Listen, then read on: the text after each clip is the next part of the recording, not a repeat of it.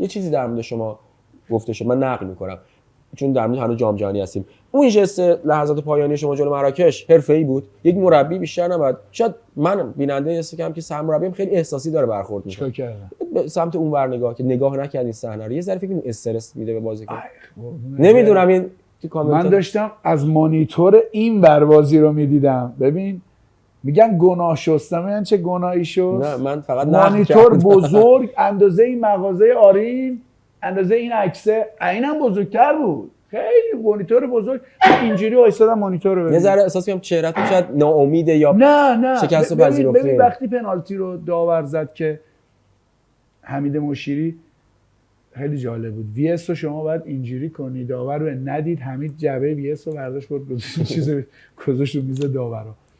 واقعیتش اینه که مانیتور بزرگ اونجا بود، من اینجوری وایسادم از مانیتور این ور ببینم صحنه رو، نه اصلا نه که بخوام برگردم، داشتم مانیتور من فکر اینجوری تصور شد شما طاقت مثلا در صحنه نه اینقدر احساساتی. اگه اینجوری بود که یکی از مربیایی که از خیلی واسه ما عزیزه یک دو دقیقه مونده بود تماشا، فیروز کریمی بازی ول می‌کرد میرفت. خب پس ول می‌کردیم میرفتیم دیگه. نه